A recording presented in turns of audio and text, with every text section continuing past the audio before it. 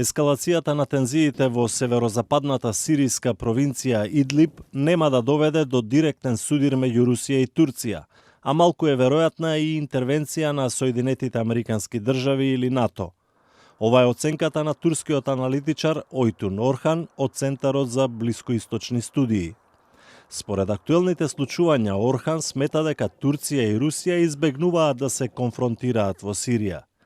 Турското министерство за одбрана стави јасно до знаење дека нивната операција во Северна Сирија е насочена исклучиво против сириските вооружени сили. Истовремено, рускиот председател Владимир Путин изјави дека Русија нема намера да влегува во војна со никого.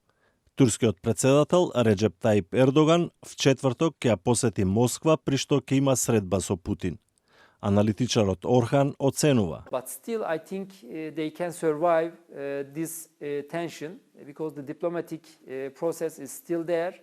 The two leaders gonna meet each other.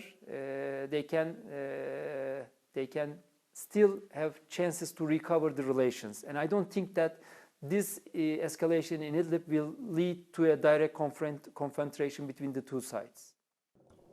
Орхан додава дека турската операција во Сирија е поинаква од досегашните против курдските сили, бидејќи сега не е во можност да изврши масивни воздушни напади.